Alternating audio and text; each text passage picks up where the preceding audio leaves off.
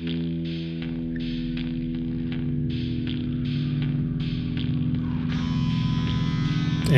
welcome to the Burning Edge podcast. My name is Joey Craig. I'm here with Tim White, the illustrious. Hi, Tim. Say hi. Hi. There you go. Hi, Joey. And we've got a special guest today, firefighter, also inventor. So I wanted to bring you in. You don't get to say that too often, firefighter/inventor. Yeah, it's a good mix. Yeah, it's usually a lot of firefighter/yard maintenance, construction. There's a lot of side jobs, but you don't get too many firefighter inventors. Yeah, I started with construction and moved to inventing. No way. Okay, sweet. But yeah, thanks for coming in, and thanks for listening to the Burning Edge podcast. We're firefighters doing podcast for firefighters, where we're going to bring up stuff in the industry, talk about stuff that plagues the industry, and just tell cool stories about firefighting. That seems to be what people want to hear, so that's what we're going to bring up. That's what I want to hear. Yeah, and this is for you, Tim. Oh, thank you, Joey. You're welcome. But yeah, Jason, give you a quick bio. 1999, started volunteer firefighting, did it for 3 years. Transitioned to be a full-time paid firefighter, and and paramedic, did that for 17 years, and then recently retired not too long ago, because of what you invented. Correct. And kind of got you into selling and developing your invention. Yeah, a lot of research and development now, and just getting out and meeting the industry. So sweet. Pretty fortunate. Okay. Well, tell us about your invention. You invented the SAM system. Tell us a little bit about that. So SAM system is just a response to what goes on the Fireground for the pump operator. Initially, I just wanted to get a pump panel on both sides of the truck.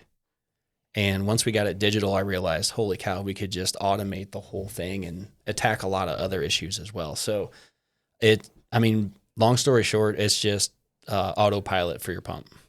So yeah, you did a demo for us today on it, and it's kind of like a situation that kind of plagues a lot of smaller volunteer departments and maybe even some paid departments where they've got low manpower.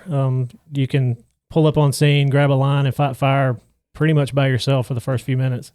Yes, with the nozzles, you can do that. And it's funny, when I thought of this, I was on a union 4-person crew in metropolitan area type of stuff. I was really focused on pumping from a safe location, being able to see the fire, pressure management.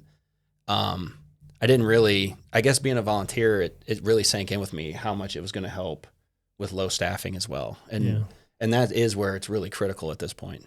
Yeah, because a lot of departments with all the standards for training, and which you really want, but it's driving a lot of people away because it's difficult to keep up on the training and keep everything that you need to go to be functional. Yeah, it's the narrative has really changed. So the fire service we know is resistant to change. Yeah, just a little, yeah, just a little bit, and we're not bad people for it. Everybody's resistant to change. We're just better at it. So we're just a little better at it. So I started speaking to the fire service, across the country back in 2019 when I worked for this company, and you get the very similar conversations of like, no, we're going to train them up, and we're going to do this, and we're going to do that. In the last 2 years, though, that conversation I have all the time has really changed. And the Gen Z and Gen Alpha, they're intelligent people. They're driven. They can be motivated, but they are not mechanically inclined, right? They didn't grow up with the toys that we did. Yeah. They didn't have a lawnmower to mow with. Like, I had to buy my kid a pressure washer just to teach him how to start a gas engine. And I'm actually questioning myself, like, is this even relevant to him? Yeah. Oh, wow. I hadn't thought of that. But you're right. Like, sure, I showed him how to do it, but now he's going to go buy nothing else with a gas engine. Y'all can probably remember 10 years ago, you would argue like, well, I'm going to teach my kid to drive a stick. They got to know. And not now. Nothing comes with it. If you have that conversation with somebody now, you're going to be like, where are you going to find one? Yeah. See how I'm saying? Like, it's changing for the kids. Yeah. Stations are literally getting rid of their stick shift fire trucks because they can't get staff to drive them. Like, they're in a stick shift for I don't know how long. But yeah, so you think? Well, I brought this up because of what you said about the training and this and that. Well, it's our pump operations too. Like, even at the larger cities that I go to, the kids are not as eager to learn pump operations. Okay. Right? It's intimidating. Right, Gauges, levers, all these processes, like they want things automated. That's how they grew up. And so now, do you notice that, I guess the systems that are automated with the electric valves and the full pressure governor system, do you think, the younger firefighters pick up on that quicker? Or are more interested in it? Yeah. I mean, if you're talking about a pump panel with lots of valve controllers and pressure governor, I think it's somewhat easier because it's more graphical in a sense. But the automation we're doing is the automation of the SAM system. It's literally just swipe a line on, swipe over to hydrant, swipe to draft. It's truly automation. Yeah. And they like it. I mean, it's good for them. Yeah. And honestly, it's good for the people on the end of the line too. Yeah. The consistency. I could see that. When we were doing the demo earlier today and just doing a little bit of training on that, they're already on an iPad all the time probably. And so this is just like an iPad that's on the side of the truck. And I was also thinking, you mentioned this earlier about having a pump panel on both sides of the truck that you can control. The truck that we used to run here, that we responded in, had a top mount pump. Mm-hmm. So, we're standing on top. We can see both sides of the fire. But I have realized, now that we're running a side mount, if that pump panel's away from the fire, we can't see the firefighters that are, running it. So I think this is going to be huge for us fighting fire, and it adds a big safety factor in for us. So yeah, me and you worked a scene this weekend Monday where the fire was on the other side of the truck, and it was difficult bouncing back and forth. And trying to find that balance as manning the pump, but then also watching what was going on. Yeah. Yeah, so I think it'll be a game changer for Engine 4 crew. Yeah. So did you have a certain situation, like a certain fire scene, where this idea just kind of triggered with you, or was it kind of a slow developed idea? The initial pump panel on both sides, we were just running a basic fire. Not too much was going on. Yeah. But like you said, the pump panel was on one side, fire was on the other.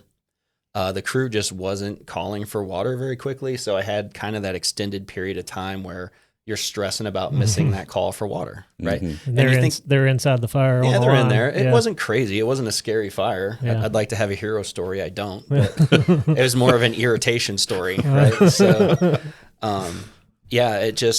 it was probably a good 4 minutes or so. They weren't calling for water, but people asking for tools, and you're just getting hose lines out and wanting to establish a hydrant. You want to do other things, but until they call for water, if you're a good operator, that's what you're stressing about the most. You just can't miss that. So, after running a bunch of circles, I was like, man, if I could work from both sides, this would have been a lot easier. And so that started it. And like I said, then it moved into the automation. Once it was automated, then you get into the nozzles, like controlling your own line from the nozzles. So, and that's a big thing. You guys talked about being by yourselves and being in two places. When your pump operator is on the hook for getting water to the crew, they can't get to that next step. Yeah. So even with our retrofit kit, which is just the nozzles and a couple valves, it frees up that pump operator. The second you get out of the truck, one person can move to the fire and the other person can move to water. Right. So I get two pretty people. Much adding a man to the scene. It feels like that's the customers using it. That's what it feels like to them. Yeah, that's sweet.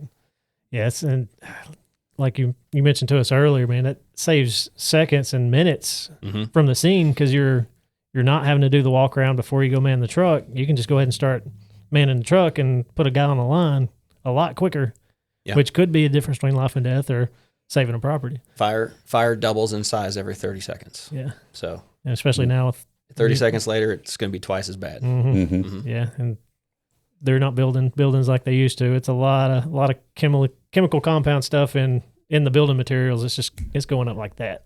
Well, in your all's area, I mean, the volunteer fire service used to be 900,000 strong. It's down to 700,000. Yeah. And the call volumes have doubled. Maybe could be tripled. It's significantly gone up. Yeah. Yeah. I know for us out here, it's about doubled. And just getting people to volunteer for whatever reason. I don't know if we haven't done a good job with instilling that in the younger generation coming up. But it's like volunteerism is kind of going by the wayside. It's It's like, well, why would I want to do the hardest job I could ever do and not put my get paid life in for it. danger for free? Yeah.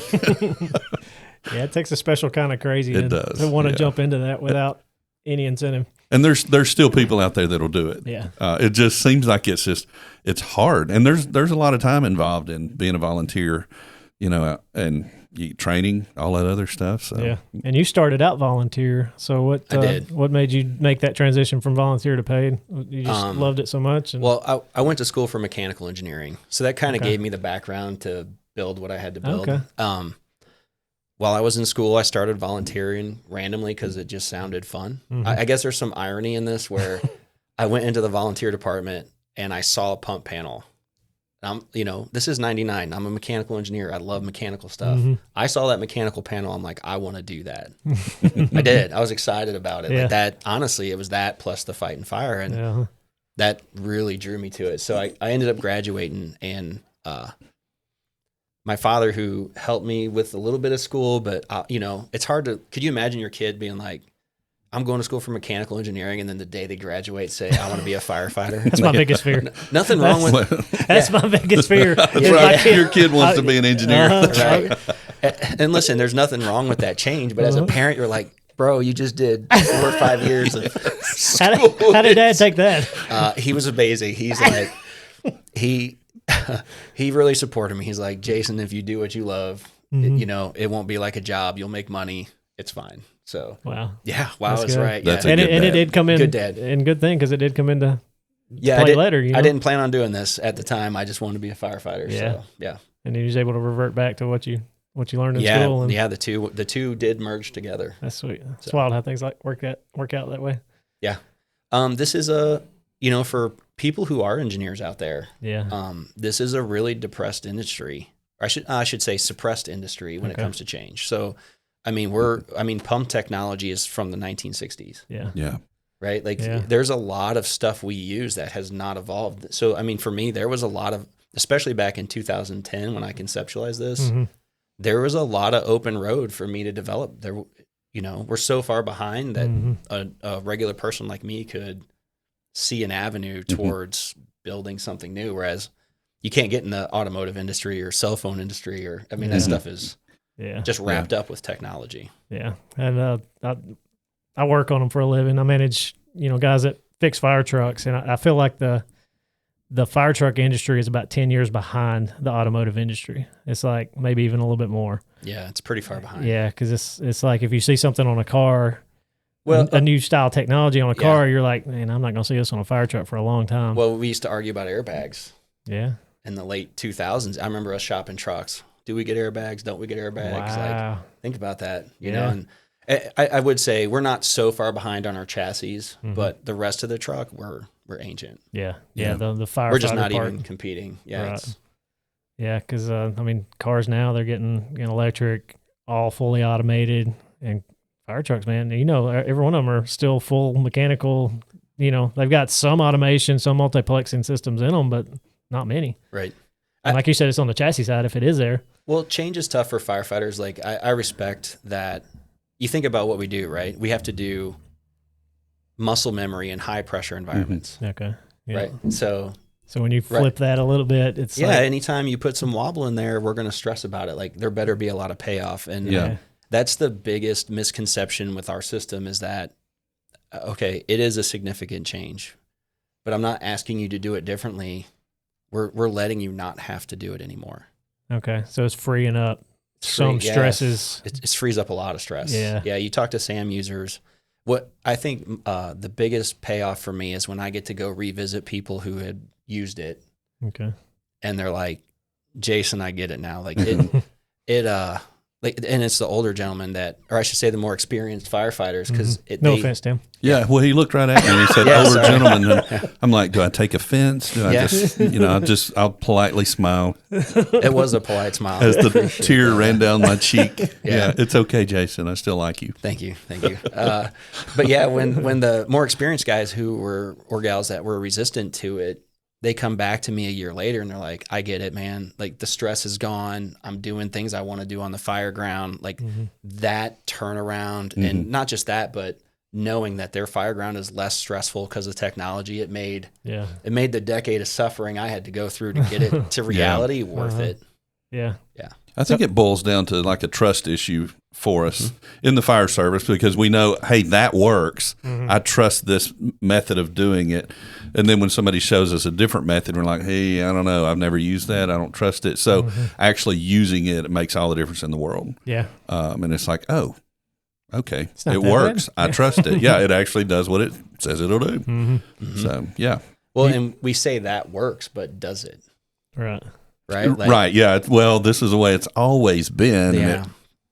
and it makes it happen. Yeah. Well, and that's been our only solution, right? We didn't have anything to compare it to. Yeah. Yeah, you're right. You look, I jokingly say, I'm like, does our military, do they win with tradition or do they win with technology? Oh, it's technology all the way. What army do you want to go fight for? Yeah. Yeah.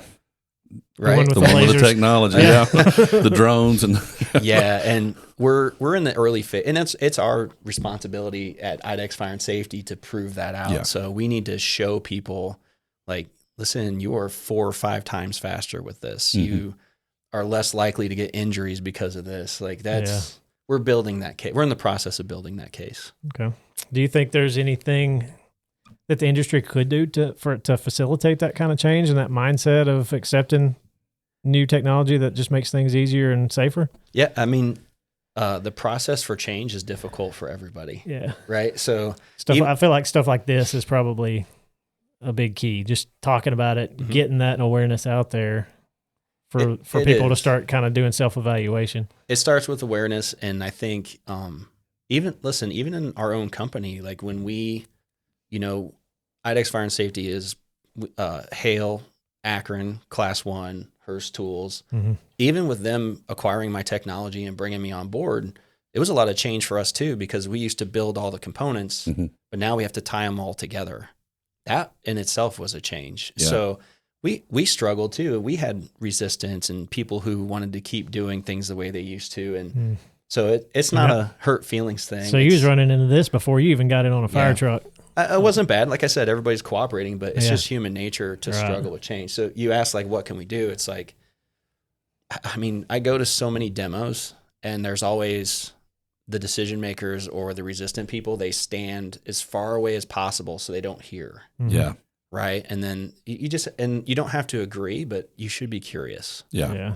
Yeah. Because, I mean, if you pick up any information that's going to save your department time, money, or resources or safety, it's worth at least listening to and checking it out. Right. Well, and even if you want to argue against it, you should be educated. Right. Right. Yeah. And why wouldn't you want to have your people be safer? At least listen and to at least pay attention and listen. Because what if it saves one of the men or women's lives that's standing right there with you?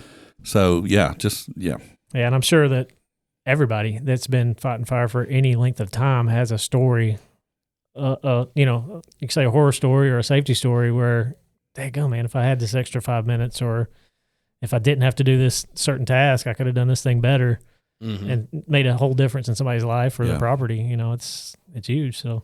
Oh, we have lots of stories, right? We brag about them, like, oh, this happened and that happened. It was, that's kind of our badge of honor. Yeah. But then you get the solution, you're like, oh, we don't have any problems. Right. Yeah. Something new, got to change. No, it's good. Everything's good. Yeah.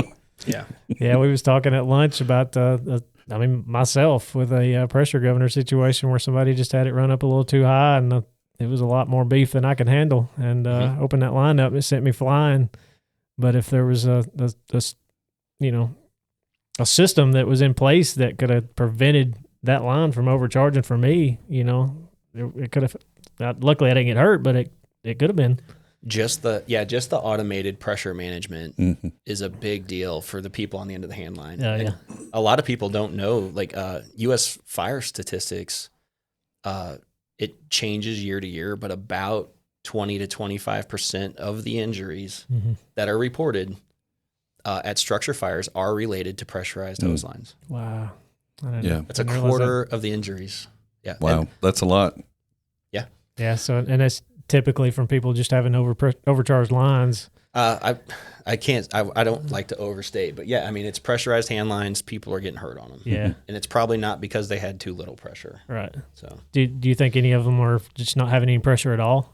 I don't think they get into the details of it all, but like you said, everybody's got a story of getting lifted off the ground or pushed off a ladder, or a lot of it's at hydrant change or when people are trying to draft, or sometimes we just don't know what pressures to pump them at day to day. Yeah. Yeah. There's a lot of moving parts going on the scene that the guy on the line doesn't know what's going on behind him, you know? So we were kind of talking about these, we call in the engineering field, call them failure modes, right? Like what can go wrong.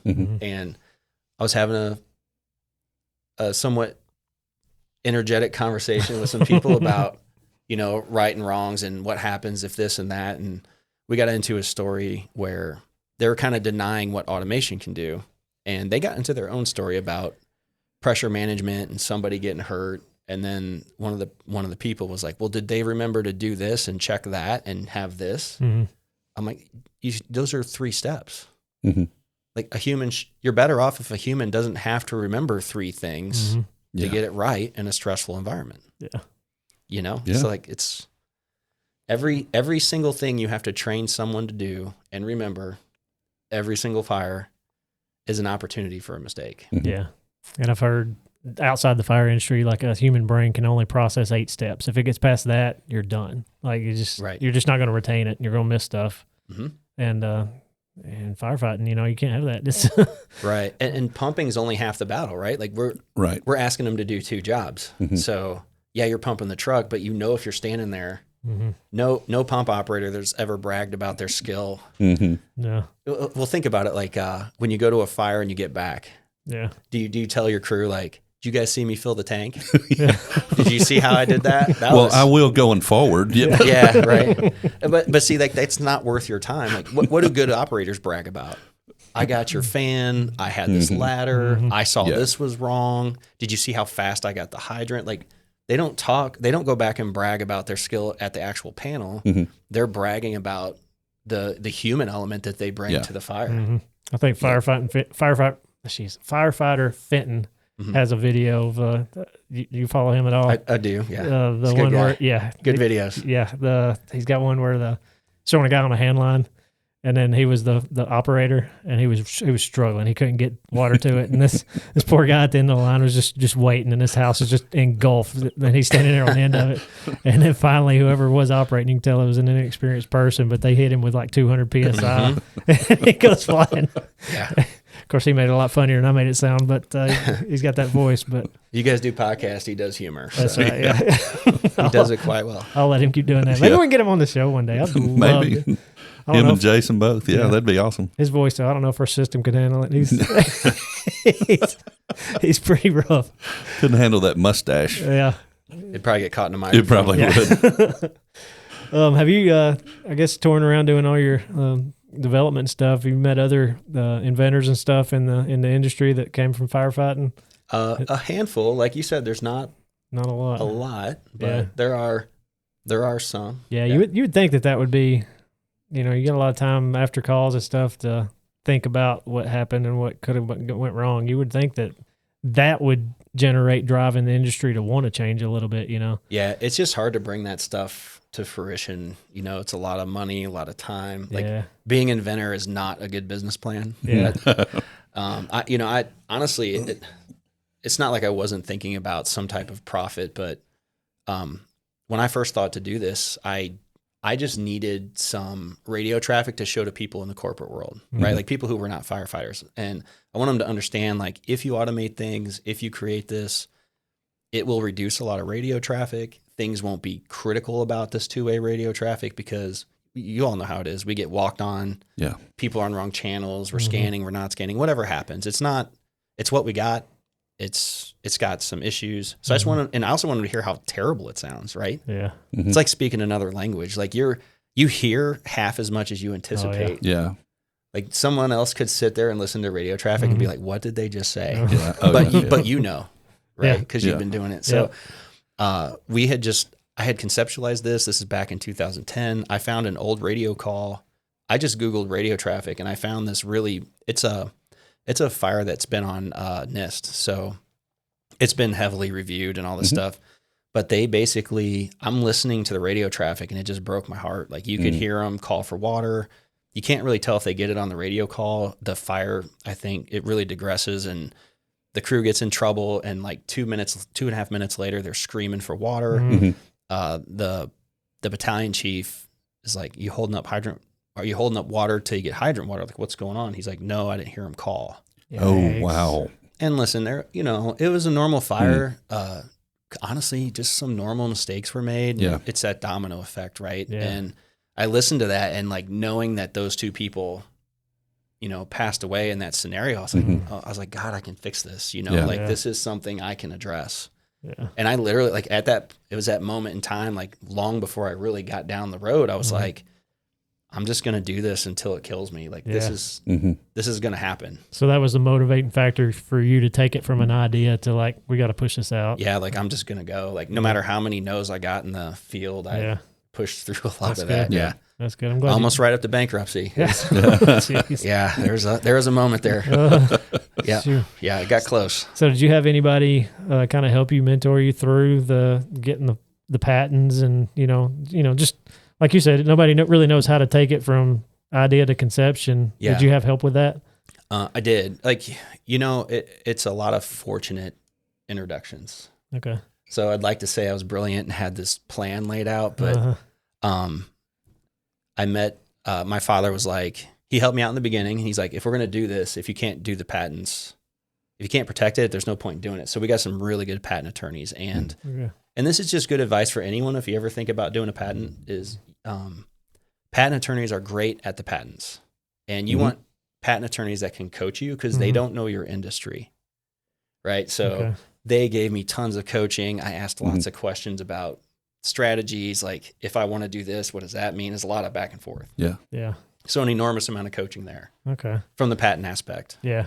And then just through that, it was just kind of a domino effect of meeting different people that get you to the next step to get it in front of people that could actually help you develop it. Yeah. I really had to shop the industry. I mean, I got no's from every company. Yeah. And IDEX knows this, but including Hale a long time ago, like back in 2014. And I even started down the road with another company, and they bailed on me last minute. It cost me a lot of money. Wow. And then I just went it on my own and had to raise money and do all that stuff. And So did you have to do the prototype yourself? I did, from the beginning? Now, I will say IDEX Fire and Safety got back in the game. Like, I reached back out to them like, hey, I'm actually going to build this for real. And they gave me tons of engineering support, and they gave me product to put on my retrofit. So we started building that relationship. That's cool. Yeah, Nice, yeah. They were really good to me. Okay. So going through all this, your wife, how was she handling all this? Because I know you've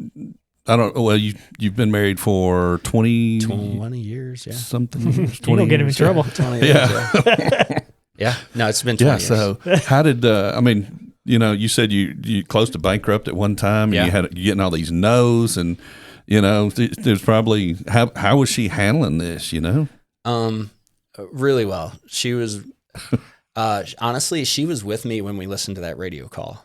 Oh, okay. It put her in tears. Like, she understood. She's like, she was on the ride too. So good. Yeah, it was stressful. I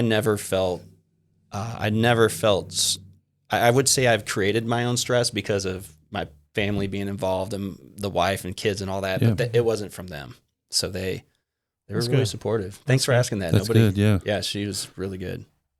Good. Yeah. I know, our wives are protective of us and, and they're dependent on us. So I would imagine she was probably stressed at levels that she may not have ever made evident to you. I would agree. Yeah. So, and maybe it may be a good thing she didn't. Yeah. Because it probably would have stressed you out even more. I mean, just loving your wife like you do. Well, we made it over the hill. I think she's making up for it. Okay. Last time.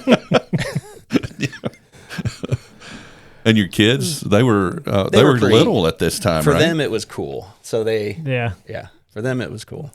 Yeah. My dad, when I got my first prototype, it was a St. Louis City, 1990. You guys are in the used truck market. So it was a 1999 Smeal Quint, and St. Louis City saw the video game in 2016.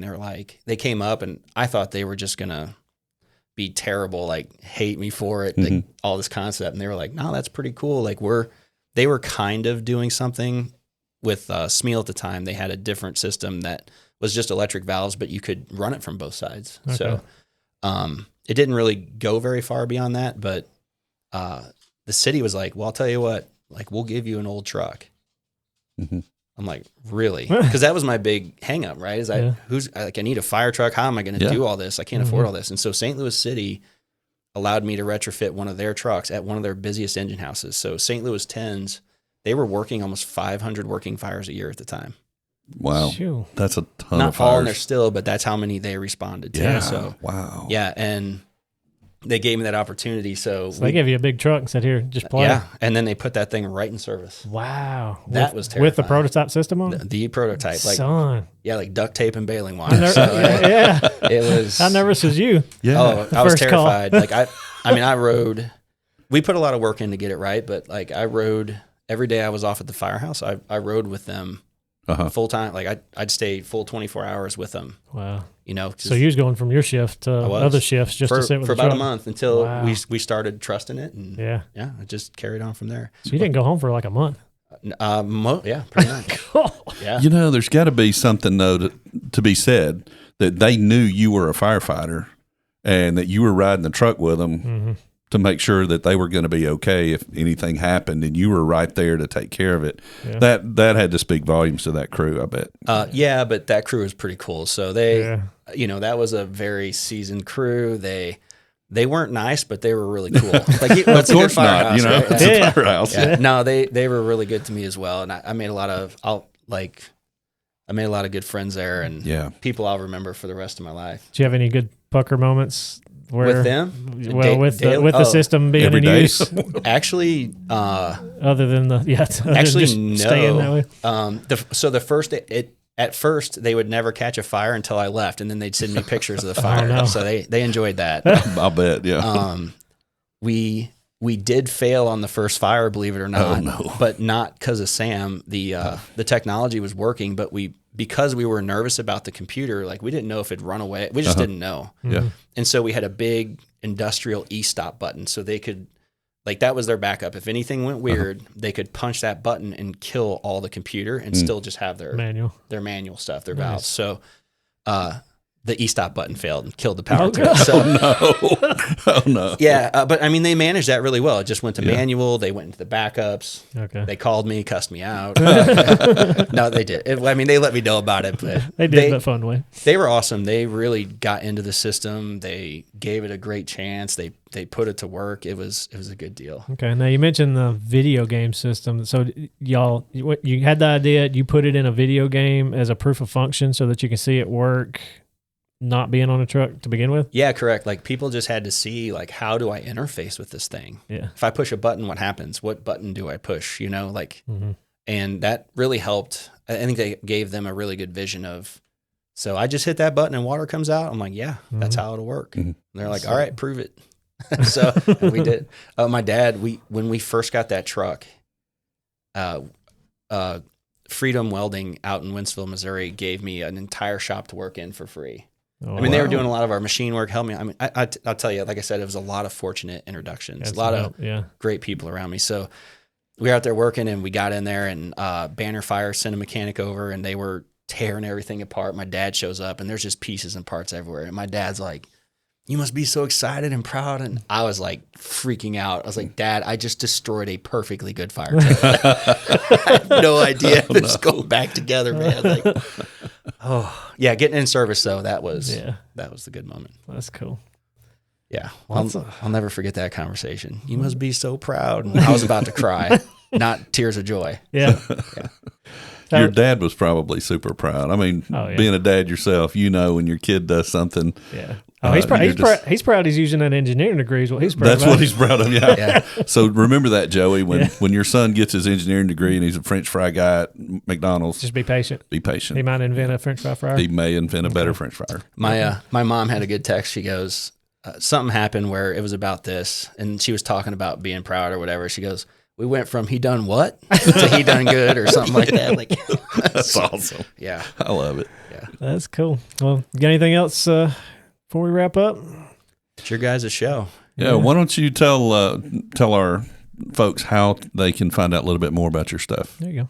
Yeah, if you want to check out the product, you just go to www.samflows.com.